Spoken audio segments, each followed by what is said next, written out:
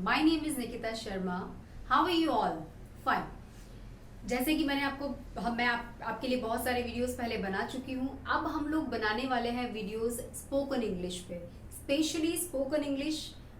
ऐसा इंग्लिश, ऐसी चीजें जो आपको हर तरह की एग्जामिनेशन में हेल्प करेंगी। For example, if you are preparing for bank, if you are preparing for SSC और एनी स्टेट लेवल एग्जाम, उसमें जहां जहां आपको इंग्लिश में प्रॉब्लम आती है उसके लिए अब मैं वीडियोस बनाने वाली हूँ। राइट, सो मैं क्या क्या आपको पढ़ाने वाली हूँ। So first I will start with the English grammar. Grammar के अंदर मैं क्या पढ़ाने वाली हूँ, मैं आपको उसका लिस्ट बताने वाली हूँ। राइट, उसके बाद में कुछ ऐसी चीजें हैं जिसमें आप बहुत ज्यादा कंफ्यूज हो जाते हैं, वो मैं आपके लिए लेके आने वाली हूँ। चलिए देखते हैं ग्रामर में हम लोग किस तरह से शुरुआत करेंगे। राइट, सो सबसे पहले मैं जो आपको पढ़ाने वाली हूँ आप स्क्रीन पे देख सकते हैं। First I will start with the parts of speech. पहली बात तो ये कि हम लोग 10th एंड 12th पूरा कर लेते हैं, उसके बाद भी हमको पता नहीं होता कि वाकई में पार्ट्स ऑफ स्पीच इसे कहा जाता ना। What is parts of speech? किसी भी सेंटेंस को बोलने के लिए उसमें कुछ वर्ड्स होते हैं। राइट, तो कुछ वर्ड्स का पर्टिकुलर नाम होता होगा, उसी को हम लोग कहते हैं parts of speech. Means sentence बोलने के लिए जो उसके पार्ट्स होते हैं उसे हम लोग उस वर्ड को हम पार्ट कहते हैं जिससे पूरा सेंटेंस तैयार होता है ना। जैसे हिंदी में होता है उसी तरह से इंग्लिश में ग्रामर होता है। सो उसी तरह से मैं आपको पढ़ाने वाली हूँ पार्ट्स ऑफ स्पीच, बहुत ही इजी वे में, जिससे कि आप कोई भी एग्जाम दें, किसी भी तरह का सेंटेंस आपके सामने आ जाए, आप परेशान ना हो और इजीली उस ग्रामर को सॉल्व कर पाए। राइट, तो सबसे पहले पार्ट्स ऑफ स्पीच में मैं आपको पढ़ाने वाली हूँ। First is noun, pronoun, verb, adverb, adjective, preposition, conjunction and interjections। Right, ये 8 चीजें हैं जो अगर आपने परफेक्टली पढ़ ली तो आप कोई भी किसी भी तरह का टफ एंड हार्ड, इजी, किसी भी तरह का कोई भी इंग्लिश क्वेश्चन आएगा आप बहुत अच्छे से उसको प्रिपेयर कर पाएंगे, उसको बहुत अच्छे से सॉल्व कर पाएंगे। राइट, इसके बाद जो मैं आपको पढ़ाने वाली हूँ वो है आपका टाइप ऑफ सेंटेंसेस। बिकॉज हमें पता ही नहीं होता है ये कौन सा क्वेश्चन टाइप है। क्वेश्चन टाइप इंपैरेटिव है ना, या फिर सिंपल सेंटेंस है, तो हम नहीं समझ पाते हैं, जिसकी वजह से हम वर्ब सेट करने में मिस्टेक कर देते हैं। Right, so type of sentence मैं आपको पढ़ाने वाली हूँ। उसके बाद में हम लोग पढ़ेंगे टेंसेस। अभी तक हमने जो प्रॉब्लम क्रिएट किया है, हमें सच में नहीं पता है कि हम मानते हैं कि 3 टेंस तो होते हैं, लेकिन उन तीन टेंस का यूज कहाँ किया जाना चाहिए। हम सिर्फ 2 ही टेंस जानते हैं। कौन कौन से? एक प्रेजेंट परफेक्ट और एक प्रेजेंट कंटिन्यूस, जहां आईएनजी आता है और जहां हैज हैव आता है। लेकिन फ्रेंड्स ऐसा बिल्कुल भी नहीं है। राइट, हम क्या करने वाले हैं कि उन टेंस का यूज कहाँ, कैसे, कब और क्यों किया जाना चाहिए, हम वो देखेंगे। तो इसमें मैं आपको सारे के सारे टेंस क्रोनोलॉजिकल ऑर्डर में विद एग्जाम्पल्स और आपकी कॉम्पिटिटिव एग्जाम के हिसाब से ही पढ़ाने वाली हूँ। उसके अलावा जो एक इम्पॉर्टेंट चीज है वो ये है कि हम समझ ही नहीं पाते हैं कि कौन सा वर्ब कहाँ जा रहा है। कभी कभी कैसा होता है कि किसी किसी सेंटेंस में सब्जेक्ट तो होता है लेकिन ऑब्जेक्ट नहीं होता, तो हम कंफ्यूज हो जाते हैं। अब क्या करें? For example, she is a girl. Right, she is a girl. अब इज तो है, हमने बचपन से क्या पढ़ा है कि इज के साथ हमेशा आईएनजी आता है। Now you will get confused कि इसमें आईएनजी कहाँ डाले, बिकॉज ऑब्जेक्ट तो है ही नहीं।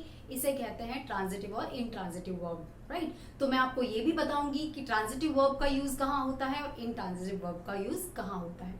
ये कंप्लीट करने के बाद में नेक्स्ट स्लाइड में आप देख सकते हैं हम स्टार्ट करेंगे वॉइस से। Because if you are writing ऐसे, you are writing report writing और समरी जब आप करेंगे उसमें आपको वॉइस बहुत हेल्प करेगा। कोई भी सेंटेंस अगर आप एक्टिव में ना लिख के पैसिव में लिखेंगे तो आपका आंसर राइटिंग, आपका फॉर्मेट बहुत ज्यादा अच्छा होगा and you will get good score. आप कोई भी एग्जाम दे रहे हैं, अगर आप 12th बोर्ड दे रहे हैं, 10th बोर्ड दे रहे हैं, आप एसएससी दे रहे हैं, बैंक दे रहे हैं, कोई भी एग्जाम दे रहे हैं या स्टेट लेवल का एग्जाम अगर दे रहे हैं, तो अगर आप वॉइस में, पैसिव वॉइस में अगर आप आंसर लिखते हैं, so your answer would be better from the other students and you will get good marks. Right, तो हम लोग वॉइस पढ़ेंगे।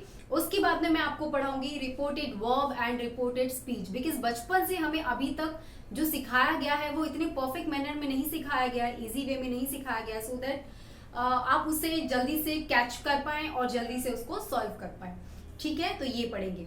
इसके बाद में जो मैं आपके लिए लेके आने वाली हूँ वो कुछ ऐसे कंफ्यूजिंग वर्ड्स हैं जिसे हम लोग होमोफोन्स एंड होमोनिम्स कहते हैं। फॉर एग्जाम्पल, हमने देखा होगा कहीं कहीं पे एडवाइस लिखा होता है, कहीं कहीं पे एडवाइस लिखा होता है। दोनों का प्रोनाउंसिएशन भी डिफरेंट है, राइट? दोनों का स्पेलिंग भी डिफरेंस है। आप देख सकते हैं दोनों के स्पेलिंग के अंदर कितना डिफरेंस है, लेकिन हम दोनों को एक ही तरह से प्रोनाउंस करते हैं, एडवाइस एडवाइस।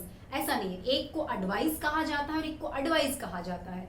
ये कब समझ में आएगा हमें? जब हम लोग अंडरस्टैंड करेंगे, अच्छा एक जो है वर्ड वर्ब है, एक जो है वर्ब है। तो जब हमें ये समझ में आएगा, हमें पार्ट्स ऑफ स्पीच समझ में आएगी, तो हम ये कंफ्यूजिंग वर्ड सॉल्व कर पाएंगे। फिर कुछ ऐसे वर्ड्स होते हैं जिनका स्पेलिंग अलग होता है लेकिन they sound same. For example break and brake, okay, spelling दोनों का अलग है लेकिन हम लोग उसको प्रोनाउंस कैसे करते हैं? इन अ सेम वे। सो ये भी हम लोग अंडरस्टैंड करेंगे कि किस तरह से स्पेलिंग डिफरेंट है लेकिन उनका मीनिंग भी डिफरेंट है, but they sounds like same. Okay, उसके बाद जो मैं आपके लिए लेके आने वाली हूं, that is adverb phrase, right? Why adverb phrase? Because आपके पार्ट्स ऑफ स्पीच से मिलके ही आपके फ्रेजेस बनते हैं। वो फ्रेजेस आपको बहुत हेल्प करेंगे in your writing, right? Not even in competitive examination but also आपको हेल्प करेंगे आपके स्कूलिंग में।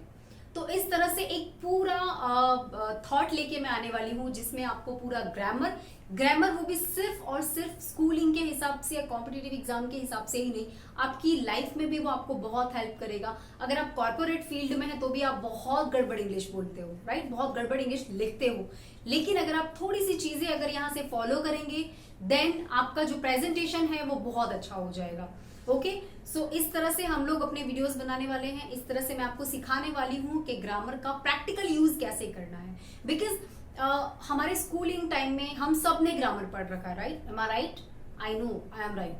सो हमारे स्कूल टाइम में हम सब ने ग्रामर पढ़ रखा है, वही सब is, am, are, voice, reported verb, speech and all, लेकिन उसका प्रैक्टिकल यूज कैसे होता है वो हमने सीखा ही नहीं। सो अब मैं अपने आने वाले वीडियोज में उसका प्रैक्टिकल यूज आपके लिए लेके आने वाली हूँ।